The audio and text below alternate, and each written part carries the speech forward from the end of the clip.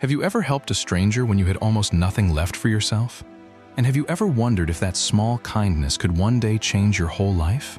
A poor young woman in Owerri fed a hungry old man every day, even when it cost her the little she had. She did not know who he really was. She did not know that one quiet morning, a shining SUV would stop in front of her small shop and turn her whole world upside down. Stay with us as this emotional story unfolds. Dear lovely viewers, if you enjoy stories like this, please subscribe and turn on the notification bell. Now, let the story begin. In the busy city of Owerri, the sun rose early and hot. By 7 in the morning, the roads were already full. Buses honked. Okada riders shouted for passengers. Traders opened their stalls and called out their prices. And on one corner of a rough, dusty road stood a small roadside food shop with a faded zinc roof and old plastic chairs. Inside that shop, a young woman named Amara was already working hard. Amara was 24 years old. People called her Amara. She was slim, with kind eyes and a soft voice. She had finished school with a diploma, but she had no job. For 2 years she had searched. Everywhere she went, the answer was the same. No vacancy, they told her. Do you have experience? They asked. So she came to work at Madame Ngozi's food shop. She served rice and beans, jollof, and hot soup to workers and travelers. The pay was small, very small, but it was something. Amara woke up every morning at 5. She swept the floor of her small rented room. She fetched water from the tap outside the compound and carried the heavy bucket up to her door. Her room had one small bed, one plastic chair, and a table. There was no fan. At night, the heat was hard, and she fanned herself with an old exercise book until sleep came. Every month, the rent worried her. And every month, she still sent a little money to her mother in the village. "Mama, how are you today?" she said on the phone one evening, sitting on her small bed. "I am fine, my daughter," her mother replied. "God is keeping me. Are you eating well?" "Yes, Mama," Amara said softly, even though many nights she went to bed with only bread and water. She did not want her mother to worry. "God bless you, my daughter," her mother said. "One day, your suffering will end. A good heart never goes unpaid." Amara held those words close to her chest. She wanted so much to believe them. At the food shop, life was not easy. Madame Ngozi, the owner, was a hard woman. She was large, loud, and quick to shout. She counted every naira. She counted every plate of food. If a spoon was missing, she would question the workers for 1 full hour. "You people think money grows on trees?" she would shout. "I did not open this shop for you to eat my profit." The workers feared her. Amara feared her too. But Amara needed the job, so she kept quiet and worked harder than everyone else. There was another girl who worked in the shop. Her name was Chidinma. She was the same age as Amara, but her heart was very different. Chidinma was lazy and jealous. She saw how the customers liked Amara. She saw how they always asked for that gentle girl to serve them. And each time they praised Amara, something bitter grew inside Chidinma. "Look at her," Chidinma murmured to herself one morning, watching Amara smile at a customer, acting like she is better than everybody. "We will see." But Amara did not notice the jealousy. Her heart was busy with survival. She counted her coins at night. She prayed for a better job. And every morning she returned to that hot corner of Owerri to serve food and to endure Madame Ngozi's shouting. It was a small life, a hard life. But Amara carried it with a quiet strength, holding on to her mother's words. A good heart never goes unpaid. She did not yet know how true those words would become. One hot afternoon, when the sun stood high and the road shimmered with heat, Amara saw an old man for the first time. He was sitting alone under a small tree across from the food shop. His clothes were worn and faded. His shirt had holes near the collar. His trousers were old, and his slippers were almost torn. He sat very still, staring at nothing, and his shoulders were bent as if he carried a heavy load. But it was his face that touched Amara. He looked tired. He looked hungry. And more than that, he looked lonely, the way a person looks when the whole world has passed them by. Amara watched him for a while. Customers came and went. Nobody looked at the old man. Some people even stepped around him as if he were dirt. She waited until Madame Ngozi went inside to rest. Then she took a small plate, filled it with rice, added a little stew and one piece of meat, and quietly carried it across the road. "Good afternoon, sir," she said gently, bending down to him. The old man lifted his head slowly. His eyes were surprised, as if it had been a long time since anyone called him sir. "Good afternoon, my daughter," he answered. His voice was quiet but clear. "I brought you some food," Amara said. "Please, eat something." The old man looked at the plate. Then he looked at her face. For a moment, he did not move. His eyes became watery. "Why?" he asked softly. "Why are you helping me? You do not know me," Amara smiled. "You look hungry, sir, and nobody should be hungry when there is food nearby. Please, eat. Do not mind me." The old man took the plate with both hands. His hands were trembling a little. He bowed his head and whispered a short prayer, and then he began to eat slowly. Amara stayed with him a moment. "Thank you, my daughter," he said between bites. "May God bless you. May you never lack food in your own life." "Amen, sir," Amara said with a warm smile. "Enjoy your meal." Then she hurried back across the road before Madame Ngozi could return. But that afternoon, one thing troubled Amara. The plate of food she had given the old man was not free. It came from the shop, and Madame Ngozi counted everything. So when the day's money was short by the price of one plate, Amara quietly removed it from her own small pay and dropped it into the shop's tin. She said nothing to anyone. It was a small sacrifice, only a few hundred naira. But for someone like Amara, who counted every coin, it was not small at all. Still, when she remembered the old man's tired face and his grateful eyes, she felt a warmth inside her chest that money could not buy. The next day, the old man was there again, and the next day, and the next. Every afternoon, when Madame Ngozi went to rest, Amara carried a plate of food across the road, and every afternoon, she quietly paid for it herself, taking the money from her own hands so no one would notice. "You came again today," the old man said one afternoon, smiling for the first time. "Of course, sir," Amara replied, laughing softly. "I could not let you sit here hungry." "What is your name, sir?" "They call me NMD," the old man said. "And you, my daughter?" "My name is Amarachi, sir, but everyone calls me Amara." "Amarachi," the old man repeated slowly, as if the name pleased him. "A beautiful name. God's grace. That is what it means." Amara smiled and sat with him for a short while, as she did each day. They talked about small things, the weather, the market, the price of Gary. The old man asked about her family, and she told him about her mother in the village. He listened carefully, nodding, as if every word mattered to him. What Amara did not notice was a small thing. Under the old man's torn sleeve, there was a wristwatch. It was dusty, but it was heavy and fine, the kind of watch a poor man could never afford. And sometimes, when a shining car slowed down on the road, the old man would watch it in a strange, thoughtful way, as if such things were not new to him at all.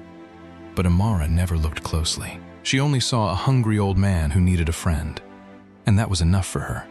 Day after day, their friendship grew. The old man began to smile more. He began to sit up straighter. He waited for her each afternoon like a father waiting for his child. And Amara, tired and poor as she was, felt that these small moments were the best part of her day. She did not know that her kindness was being watched. She did not know that someone in the shop was growing more and more jealous with each passing day. And she truly did not know who the old man under the tree really was. But someone had indeed been watching. Chidinma had noticed it days ago. She had seen Amara slip across the road with a plate of food. She had seen her sit with the old man under the tree. And each time, the bitterness in her heart grew. "So this is what she does," Chidinma whispered to herself, folding her arms. "She is stealing Madame's food to give to a dirty beggar, and she thinks she is a saint." Chidinma did not care that Amara paid for the food from her own pocket. She did not care about the truth. She only saw a chance to bring Amara down, and she took it. That afternoon, when Madame Ngozi returned from her rest, Chidinma hurried to her. "Ma," she said in a low, sweet voice. "There is something you need to know." Madame Ngozi looked up. "What is it?" "It is Amara, Ma," Chidinma said. "Every afternoon, when you go inside to rest, she takes food from the shop and carries it to a beggar across the road. She has been doing it for many days now. That is why your profit is not adding up." Madame Ngozi's face changed at once. She stood up from her chair. "What did you say?" she asked, her voice rising. "Come and see for yourself, Ma," Chidinma said, pointing across the road. "Look, that is the man." Madame Ngozi walked to the front of the shop and looked across the road. There, under the small tree, sat the old man in his worn clothes, holding an empty plate. And there beside him was Amara, laughing softly at something he had said. Madame Ngozi's chest rose and fell with anger. "Amara!" she shouted across the road. "Amarachi, come here at once!" Amara turned quickly. Her heart jumped. She stood up, said a fast goodbye to the old man, and hurried across the road. "Yes, May?" she said, breathing fast. "So it is true," Madame Ngozi said, her hands on her hips. "You have been stealing my food to feed a beggar. After everything I have done for you, this is how you repay me." "Ma, please," Amara said. "I did not steal anything. Every plate I gave him, I paid for with my own money. You can check. I have never taken 1 naira from you." "Liar!" Madame Ngozi shouted. "You think I am a fool? You take my food, you carry it outside my shop, and you say you paid? Where is the money? Show me."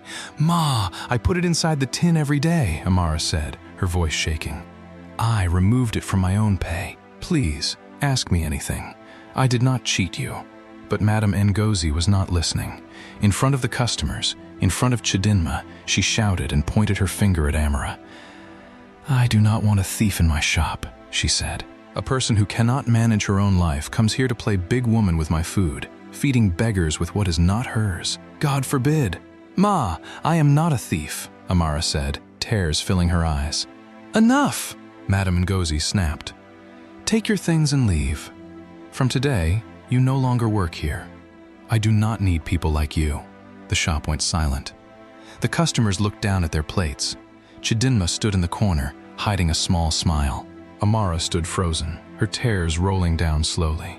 She wanted to speak, but her voice would not come. 2 years she had searched for a job.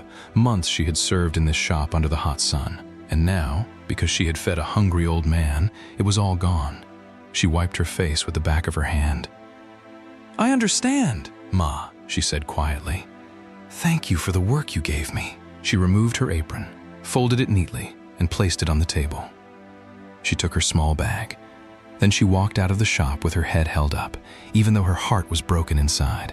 As she passed the tree, the old man looked at her with worried eyes. "My daughter," he said softly. "What happened? Why are you crying?" Amara forced a small smile.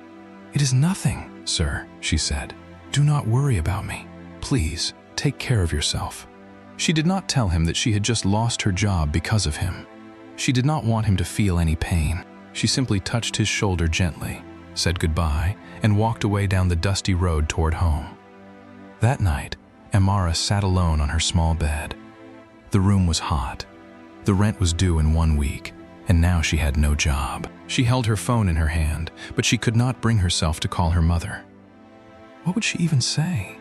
She lay back on the bed and stared at the ceiling. "God," she whispered, "did I do something wrong? I only tried to help an old man who was hungry. If that is wrong, then I do not understand this world." The tears came again, quiet and slow. But even in her pain, deep inside her heart, she did not regret it. She thought of the old man's grateful face, and somehow, that memory gave her a small, strange peace. She did not know that peace was only the beginning. The days that followed were hard. Amara searched for work again, going from shop to shop, from office to office. But everywhere the answer was the same. No vacancy. Do you have experience? Come back next month. She walked long distances under the hot sun to save the Okada fare. She ate once a day, sometimes only bread. Her small savings grew smaller. But every single afternoon, no matter how tired or hungry she was, Amara did one thing without fail. She went to see the old man. She could no longer take food from any shop, so instead she cooked at home.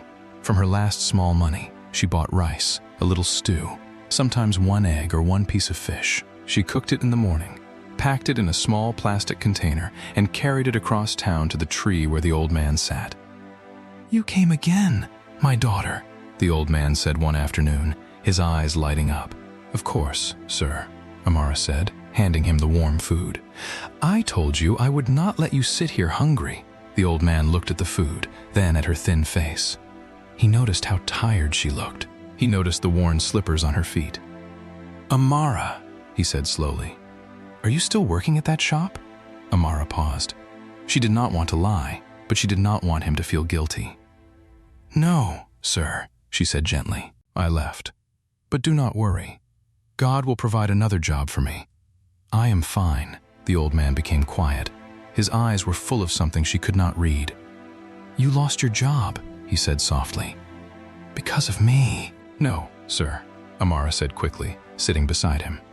"Please do not say that. Helping you was my own choice. Nobody forced me, and I would do it again 1,000 times. You are like a father to me now." The old man's hands trembled. He looked away for a moment, and Amara thought she saw his eyes grow wet. "You are a rare person, my daughter," he said. "In this whole city, no one looked at me. People passed me every day as if I were nothing. But you, a young girl with your own struggles, you fed me and sat with me. Do you know how much that means to an old man?" Amara smiled softly. "Everybody deserves to be seen, sir. Everybody deserves respect. My mother taught me that. Then your mother raised a good child," the old man said. And so, day after day, their bond grew stronger. They talked for hours under that tree. Amara told him about her village, her mother, her dreams of one day owning a small business. The old man listened carefully, asking questions that surprised her sometimes, questions that sounded almost like a wise man's, not a beggar's. "If you had money, my daughter," he asked one day, "what would you do first?" Amara laughed. "I would build a house for my mother," she said. "And I would open a food place where anyone who is hungry can eat, even if they cannot pay." The old man nodded slowly, as if he was keeping her words somewhere safe. And there were small things Amara never truly noticed. She never noticed the fine wristwatch under his torn sleeve, dusty but heavy and expensive. She never noticed how, one afternoon, a shining black car slowed down near them, and the old man waved it away quietly with one hand. She never noticed how, once, a well-dressed man passing by stopped, stared at the old man, and greeted him with deep respect, almost bowing, before hurrying off looking confused. Amara saw none of these things. She only saw her friend, her old man, the father figure who needed her care. But the truth was drawing closer with each passing day, and very soon, on one ordinary afternoon, the whole city corner would fall silent, and Amara's simple life would change forever. It was an ordinary Wednesday afternoon. The sun was hot, as always. The road was busy, as always. Amara arrived at the tree with her small plastic container of food, just as she did every day. The old man was sitting in his usual place, waiting for her. "Good afternoon, sir," she said with a warm smile, sitting beside him. "Good afternoon, my daughter," the old man replied. "You are always faithful." They had barely started to talk when Amara heard the sound of engines. She looked up. Down the busy road came a line of shining cars, big, black, and clean. They moved slowly, one behind the other, like a royal procession. People on the street stopped what they were doing. Traders stood up. Okada riders pulled to the side. Everyone stared as the convoy came closer and closer. Then, to Amara's surprise, the cars slowed down. And one after another, they stopped right in front of the tree where she and the old man were sitting. Amara's heart began to beat fast. "Sir," she whispered, "what is happening? Whose cars are these?" The old man did not answer. He only looked at her with a gentle, knowing smile. The doors of the cars opened. Men in dark suits stepped out. They were tall and serious, moving with quiet respect. From the biggest car in the middle came a young man in a fine gray suit. He was well-built, handsome, and he walked straight toward the tree with worry all over his face. The moment he reached the old man, the young man bent down low. "Papa," he cried, "thank God we have found you. We have been searching for you everywhere for weeks. Papa, do you know how worried we have been?" Amara froze. The old man reached out and gently touched the young man's shoulder. "I am fine, my son," he said calmly. "Sit. There is no need to shout."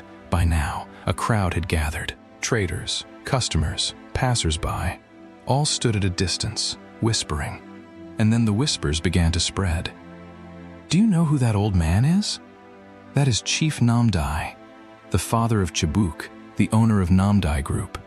"Chief Namdai? The billionaire? The one with all the buildings in Owerri?" "Yes, I saw his picture in the newspaper. What is he doing sitting under a tree?" "They have been searching for him for weeks. They said he disappeared." Amara stood up slowly. Her legs were shaking. Her container of food nearly fell from her hands. She looked at the old man, the tired, hungry old man she had fed every day, the man in torn clothes and broken slippers, and she could not believe what she was hearing. "Sir," she said in a trembling voice. "Sir, is it true? Are you Chief Namdi?" The old man rose to his feet, and now, standing tall, something in him had changed. His shoulders were no longer bent. His eyes were clear and strong. He looked less like a beggar and more like a man who had ruled boardrooms all his life. "Yes, my daughter," he said quietly.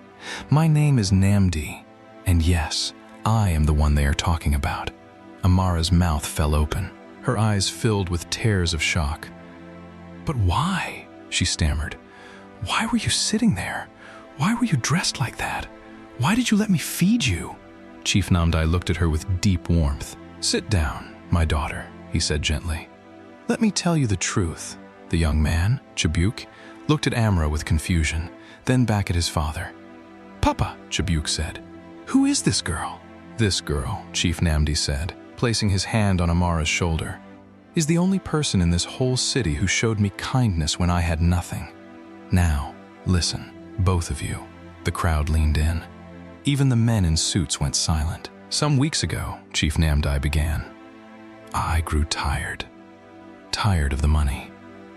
Tired of the meetings. Tired of never knowing who truly loved me and who only loved what I owned. My wife is late. My health had been failing, and I began to wonder, in this whole world, is there anyone with a good heart left?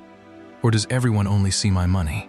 He paused, and his eyes grew wet. "So one morning, I put on old clothes, and I walked out of my house alone. I told no one. I wanted to see the world as a poor man sees it. I wanted to know how people treat a man who has nothing." He looked around at the silent crowd. "And do you know what I found?" he said. "I found that people passed me every day as if I were dirt. Nobody looked at me. Nobody greeted me. Nobody asked if I had eaten. For many days, I sat under this tree, hungry and alone, and the whole world walked past me." Then he turned to Amara, and his voice softened. "Everyone except this girl." Amara's tears rolled down freely now. "This girl fed me," Chief Namdi said, "every single day, and later I learned that she even lost her job because of me. Yet she still came. She cooked with her own last money and carried food across this city to feed a stranger she thought was a beggar. She called me, sir. She called me father. She sat with me so I would not be lonely." He turned to his son. "Chibuk," he said, "I searched this whole city for one good heart, and I found it in her." Chibuki stared at Amara. Something in his eyes changed, a mixture of shock, respect, and something warmer he could not yet name. Amara covered her face with her hands and wept. She wept for the shock. She wept for the shame she had felt when she lost her job. And she wept because, in her heart, she had never once expected anything in return. "Sir," she cried, "I did not know. I promise, I did not know who you were. I only wanted to help you. That is all. I am so sorry if I ever offended you." Chief Namdai smiled, and now his own eyes were wet. "Offended me?" he said. "My daughter, you saved an old man's faith in the world. Come, wipe your tears. Your suffering ends today." The crowd broke into murmurs and gasps. Some people clapped, some shook their heads in wonder. And Amara, poor Amara, stood there in her worn slippers, unable to believe that her whole life had changed under one small tree on an ordinary Wednesday afternoon. But not everyone in that crowd was happy. Standing at the edge, hidden among the people, was Chidinma. She had followed Amara that day, curious about where she went every afternoon. And now she stood frozen, watching everything. She watched the billionaire embrace Amara. She watched the fine cars, the suited men, the crowd bowing in respect, and her heart burned with a bitterness so deep it made her hands shake. Why her? She whispered to herself. Why is it always her? What does she have that I do not have? She did not clap. She did not smile. She only watched, and inside her mind, a wicked plan began to grow. In the days that followed, Amara's life changed completely. Chief Namdi did not forget his word. He gave Amara a beautiful apartment, far better than her small hot room. He gave her fine clothes and enough money to send home to her mother. And, most of all, he offered her a job at the head office of Namdi Group, working closely with the family. "You will start as an assistant in the office," Chief Namdi told her kindly. "A person with a heart like yours will rise. I am sure of it." Amara could hardly believe it. Every morning she woke in her clean new room and thanked God with tears in her eyes. And there was something else growing too. Chibuke, the young company boss, began to see Amara often at the office. At first, he was only curious about the girl who had cared for his father. But the more he watched her, the more he admired her. He saw how humble she was, even now. He saw how she greeted the cleaners and the drivers with the same respect she gave the directors. He saw how she never became proud. "You are different, Amara," he told her one evening as they worked late. "Most people, when they suddenly get money, they change. But you are still the same gentle person." Amara smiled shyly. "My mother taught me that money does not change who you are, sir," she said. "It only shows who you already were." Chibuik looked at her for a long moment, and in his heart, quietly, something began to bloom. But as Amara's star was rising, so was Chidinma's jealousy. Chidinma had learned everything. She knew Amara now worked at Namdi Group. She knew about the apartment, the money, the closeness with the family. And each new blessing on Amara felt like a wound on Chidinma's own heart. "She was just a food seller like me," Chidinma hissed one night, alone in her room. "Now she is eating with billionaires. No, I will not allow it. I will bring her down. Everyone will see that she is not the angel they think she is." And so, quietly, wickedly, Chidinma began to plan her scheme. She would destroy Amara's new life, and she would use lies to do it. Chidinma found her way in. She learned that Namdi Group was hiring cleaners for the head office. She applied at once, using another name so no one would connect her to Amara's old shop. She was neat. She smiled well in the interview, and she was given the job. Now she worked in the same building as Amara, mopping floors and emptying bins, watching, waiting, planning. Amara did not even recognize her at first. When she finally did, she was kind, as always. "Chidinma?" Amara said one morning, surprised. "You work here now? That is wonderful. Welcome. If you need anything, please tell me." "Thank you, Amara," Chidinma said sweetly, smiling. "You are so kind." But inside, her heart was cold as stone. For 2 weeks, Chidinma watched everything. She learned Amara's desk, her drawer, her routine. She learned that at the end of every month, large sums of cash were kept in the accounts office before being taken to the bank. And slowly, her wicked plan came together. One evening, when the office was almost empty, Chidinma slipped into the accounts office. With trembling but greedy hands, she took a thick envelope filled with company money, 1 million naira in cash. Then she walked quietly to Amara's desk and hid the envelope deep inside her drawer, under some files. But that was not all. Chidinma had done something worse. Using her phone, she had made a fake voice recording. She had practiced Amara's voice for days, copying her soft tone. On the recording, the fake voice said cruel words. "I only helped that old man because I knew he had money. These rich people are foolish. I have taken their cash, and once I marry into this family, I will take everything. Poverty is finished for me." It was a lie. Every word was a lie, but it sounded real. The next morning, chaos broke out in the office. The accountant discovered that 1 million naira was missing. "The money is gone!" he shouted. 1 million naira! Search everywhere! Security was called. Chief Namdai and Chibuk were informed at once. Every desk and drawer was to be searched.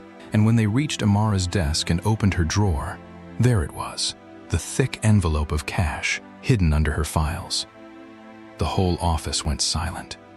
Amara stood frozen. Her hands began to shake. "That is not mine," she whispered. "I have never seen that money before. I did not put it there. I swear." But then Chidinma stepped forward, holding her phone.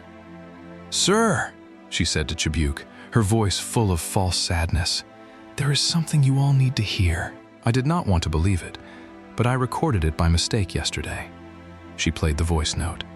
The fake voice filled the silent office. "I only helped that old man because I knew he had money." Amara's face turned pale. "No," she cried. "That is not my voice. I never said that. Chidinma, why are you doing this? That is a lie." But the damage was done. Chibuke stood there, his face hard and cold. He looked at the money in the drawer. He looked at Amara. And in that moment, all the warmth in his eyes disappeared. "So this was your plan all along," he said quietly, his voice shaking with anger. "My father trusted you. He called you a good heart. And this is who you truly are." "Chibuk, please," Amara begged, tears streaming down her face. "You know me. You know I am not like this. Someone is setting me up. Please, believe me." "Believe you?" Chibuk said bitterly. "The money is in your drawer. Your voice is on that recording. What is there to believe?" Chief Namdai arrived then. When he heard everything, his old heart broke. He looked at Amara with pain in his eyes, and he said nothing at all.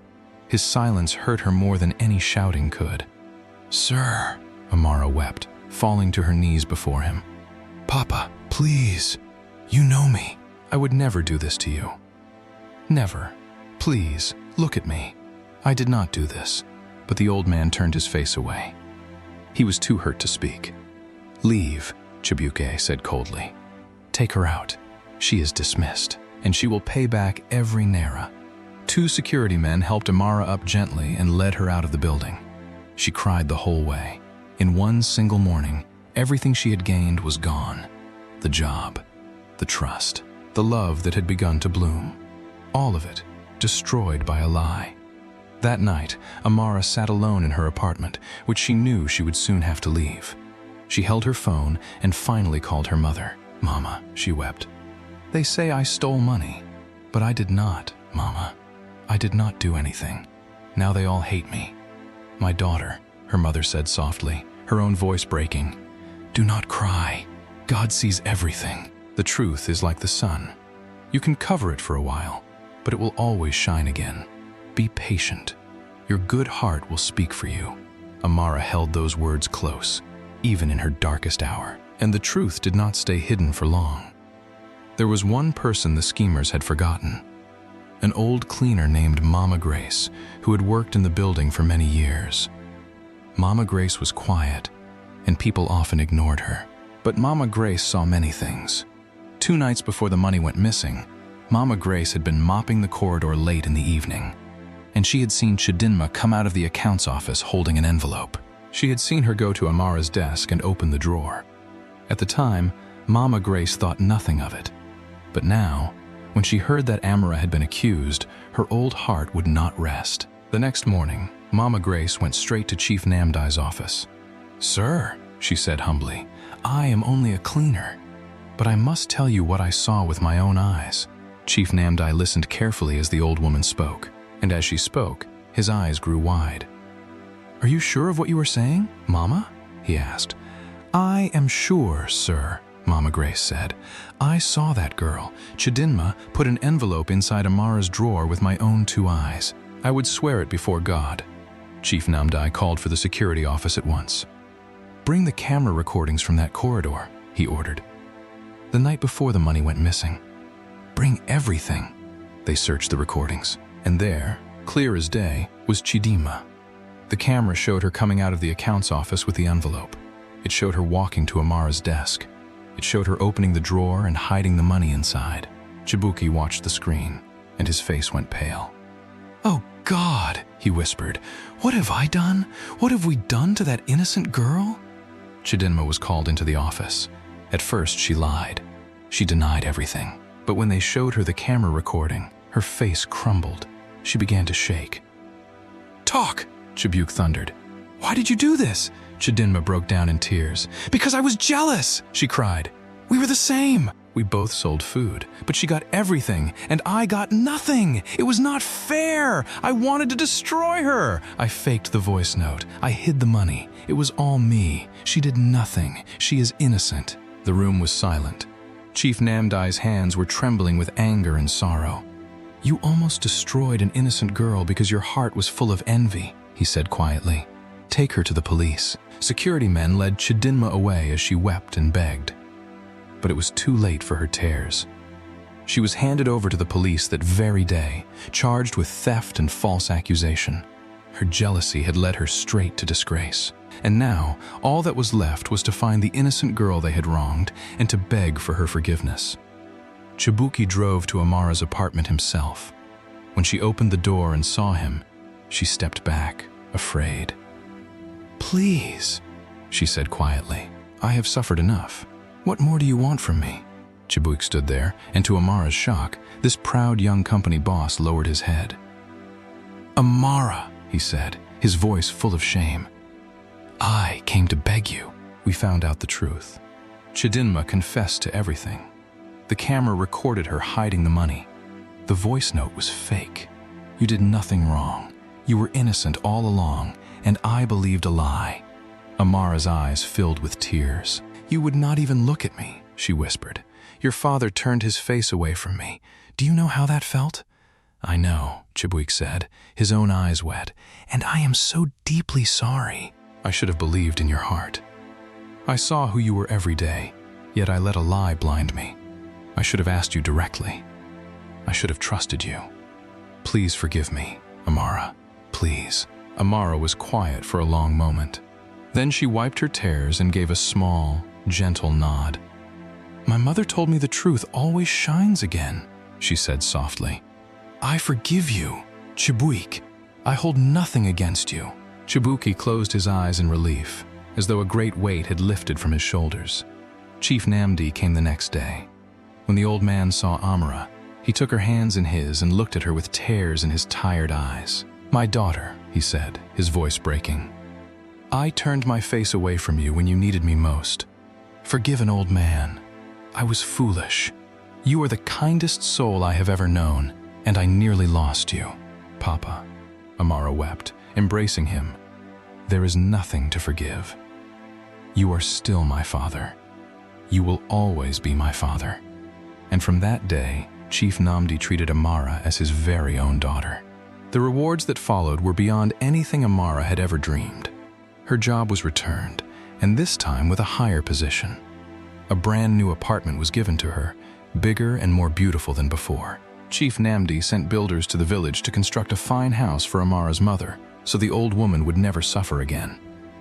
"You said if you had money, you would build a house for your mother," Chief Namdi told her, smiling. "Do you remember?" "I never forgot." Amara wept with joy. Every promise she had once whispered under that tree was now coming true. The months that followed were the happiest of Amara's life. Chibuk and Amara grew closer each day. He no longer saw her as just the girl who had fed his father.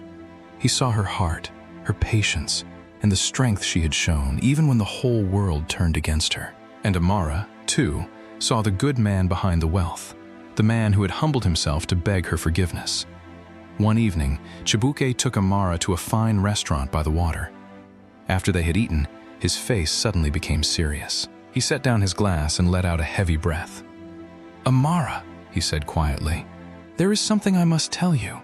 I have been thinking. Perhaps it is better if we stop seeing each other." Amara froze. Her heart dropped. "What?" she whispered. "Chibuke, why would you say that?" Chibuke looked down, and then slowly, he rose from his chair and went down on one knee. From his pocket, he brought out a small velvet box and opened it. Inside, a diamond ring shone in the light. "Because," he said, a warm smile spreading across his face, "I do not want to keep seeing you as my girlfriend. I want to see you every day as my wife." Amara's hands flew to her mouth. Tears filled her eyes at once. "Amara," Chibuk said softly, You loved my father when you thought he had nothing. You stayed kind even when I wrongly accused you. You have the most beautiful heart I have ever known.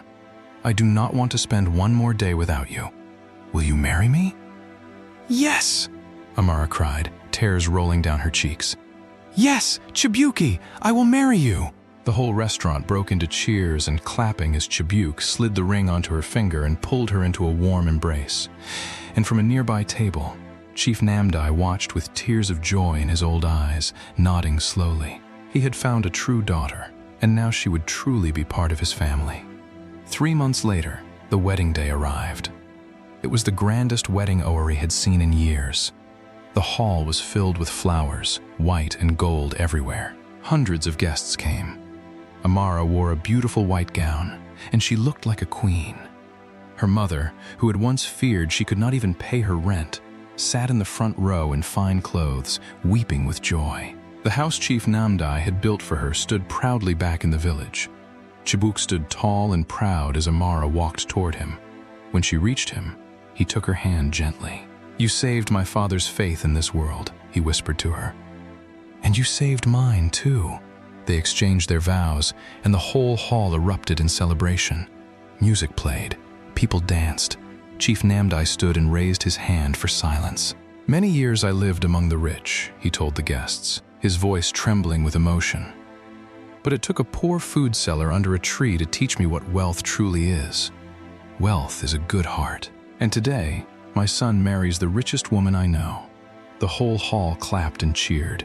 Far away, in a small prison cell, Chidinma sat alone. On a small television on the wall, she saw the news of the grand wedding. She saw Amara, glowing and happy, dancing in her white gown. She saw the family she had tried to destroy, now full of joy. Chidinma lowered her head, and tears rolled down her face. "I did this to myself," she whispered. "She was always kind to me, and I repaid her kindness with wickedness. Now look at her, and look at me." Her jealousy had given her nothing but shame and regret, and she had no one to blame but herself. But in that bright, beautiful hall, Amara danced without a care in the world. She thought of the hot little room where she once lay hungry. She thought of the tree where she had fed a lonely old man, and she thanked God, for every tear she had cried had brought her to this moment. My wonderful viewers, this story teaches us something we must never forget. Kindness is never wasted. When Amara fed a hungry stranger, she expected nothing in return. She did it simply because her heart was good. And in the end, that same kindness gave her a life she had only dreamed of. Remember this. Never look down on anyone because of how they are dressed or what they have. The person you ignore today may be the one who could change your life tomorrow. And jealousy, like Chidinma's, destroys only the one who carries it. Now, I would love to hear from you. If you were in Chibuke's place, and you believed a lie about someone you loved, would you have been able to forgive yourself? Share your thoughts in the comments below. I would truly love to read them. If this story touched your heart, please like the video and share it with your friends and family. Do not forget to subscribe and turn on the notification bell so you never miss a story. Thank you so much for watching, and may kindness always find its way back to you.